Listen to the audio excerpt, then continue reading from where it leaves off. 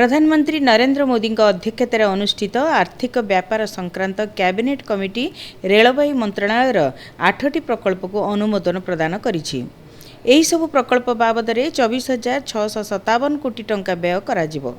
ए संपर्क में गणमाध्यम को सूचना दे केंद्र सूचना और प्रसारण मंत्री अश्विनी वैष्णव कहिसेंति देशर 7टी राज्यर 14टी जिल्ला रे एही सब प्रकल्प कार्यकारी हेबो। ଯେଉଁ ସବୁ ରାଜ୍ୟରେ ଏହି ସବୁ ପ୍ରକଳ୍ପ କାର୍ଯ୍ୟକାରୀ ହେବ ସେହି ସବୁ ରାଜ୍ୟଗୁଡ଼ିକ ହେଲା ଓଡ଼ିଶା, ମହାରାଷ୍ଟ୍ର, ଆନ୍ଧ୍ରପ୍ରଦେଶ, ବିହାର, ଝାଡ଼ଖଣ୍ଡ, ତେଲେଙ୍ଗାନା ଓ ପଶ୍ଚିମବଙ୍ଗ। ଆକାଂକ୍ଷୀ ଜିଲ୍ଲା ଏବଂ ଜନଜାତି ଅଧ୍ୟୁଷିତ ଅଞ୍ଚଳଗୁଡ଼ିକ ଏହି ପ୍ରକଳ୍ପଗୁଡ଼ିକ ଦ୍ୱାରା ବିଶେଷ ଭାବେ ଉପକୃତ ହେବେ ବୋଲି ଶ୍ରୀ ବୈଷ୍ଣବ କହିଛନ୍ତି। 8 बड़े रेलवे प्रोजेक्ट्स आज कैबिनेट में प्रधानमंत्री जी ने अप्रूव किए। इन 8 बड़े रेलवे प्रोजेक्ट्स से एस्पिरेशनल डिस्ट्रिक्ट्स, ट्राइबल बहुल क्षेत्र, आदिवासी बहुल क्षेत्र, इन सब को एक बहुत बड़ा डेवलपमेंट का माध्यम मिलेगा। इन 8 बड़े प्रोजेक्ट्स में 3 प्रोजेक्ट्स हैं उड़ीसा का जो सदर्न पोर्शन है और वेस्टर्न पोर्शन है उसके। Gunupur Therubali new line 73 kilometres, Junagarh Nabarangpur new line 116 kilometres, Malkangiri Pandurangapuram via Bhadrachalam new line 173 kilometres.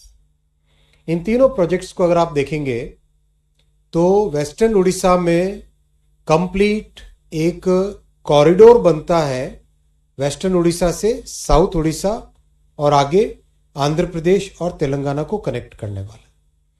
और उस कॉरिडोर को और आगे देखें अगर हम तो प्रैक्टिकली आसनसोल से लेके नीचे वारंगल तक कंप्लीट एक नया कॉरिडोर बनता है।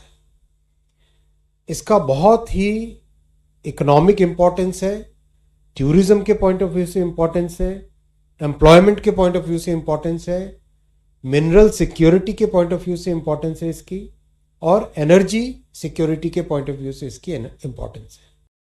कैबिनेट कमिटी बैठक में प्रधानमंत्री ग्रामीण और सहरांचल आवास योजना को मंजूरी प्रदान करा जायछि। एही योजना अनुसार 2024-25 रु 2028-29 मध्य आउ 2 कोटी गृह निर्माण पई आर्थिक सहायता जोगाई दियाजिबो। देशर उत्तर पूर्वांचल राज्य हिमाचल प्रदेश, उत्तराखंडर पार्वत्य अंचल, जम्मू काश्मीर और लद्दाख रे एही सब गृह निर्माण कराजिबो। एही योजना पई मोट 6,06,137 कोटी टंका व्यय कराजिबो। कई ग्रामीण क्षेत्रों में मैंने स्वयं जाके देखा है और आप भी जाके देखिए, पक्का घर जब बनता है तो उस पूरी फैमिली में एक ट्रांसफॉर्मेशन आता है। और ये केवल घर नहीं है, घर के साथ कई सारी बुनियादी सुविधाएं दी जा रही है।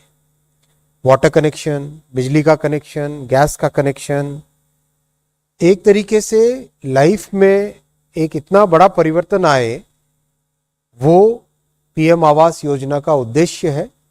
और इसको आगे बढ़ा के अगले 5 वर्षों में 3 करोड़ और घर बनाए जाएंगे। और मैं आपको ये भी कहना चाहूँगा, विश्व में इतनी बड़ी इंक्लूसिव ग्रोथ का बहुत कम एग्जाम्पल्स हैं। This is one of the most inclusive growth programs taken by NDA government under the leadership of prime minister Shri Narendra Modi ji. I will come to the third point. A very major decision has been taken today. आज किसानों की income को बढ़ाने के लिए एक बहुत बड़ा फैसला लिया गया है, वो है clean crop program. Cabinet committee प्रधानमंत्री जीवन योजना रे संशोधन करी एहाको आउ 5 वर्ष पर्यंत संप्रसारित करिछि। एही योजना अधीन रे फसलर अवशेष रु प्रस्तुत जैव गैस प्रकल्प गुडी को आर्थिक सहायता जोगाई दियाजिबो।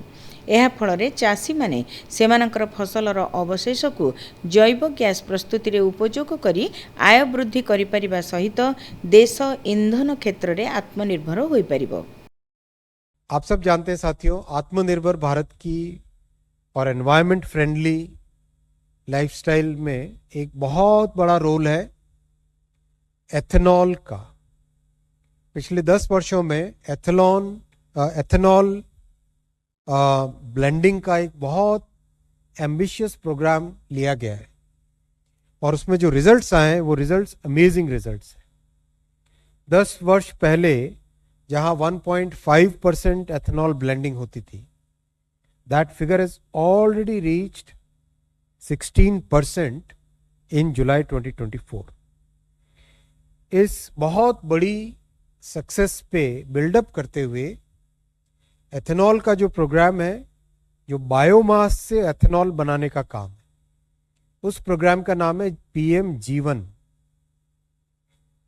पीएम जीवन, इस पीएम जीवन कार्यक्रम को, प्रोग्राम को और 5 साल के लिए आगे बढ़ाया जा रहा है और इसमें 1969 करोड़ रुपए का इन्वेस्टमेंट और किया जाएगा। इसका बहुत लॉन्ग टर्म इम्पैक्ट रहेगा देश पे।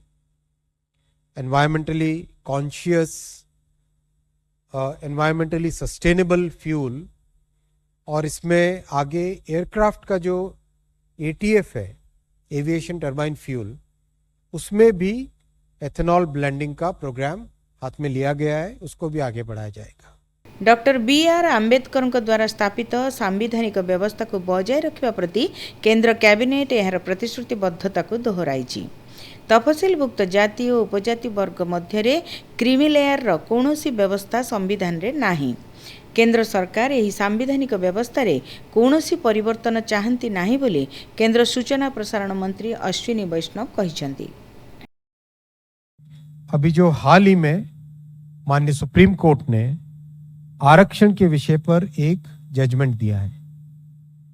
इस जजमेंट ने सुप्रीम कोर्ट ने एससी और एसटी के रिजर्वेशन के विषय में कुछ सुझाव दिए। आज माननीय प्रधानमंत्री जी की अध्यक्षता में कैबिनेट में इस विषय पर विस्तृत चर्चा हुई है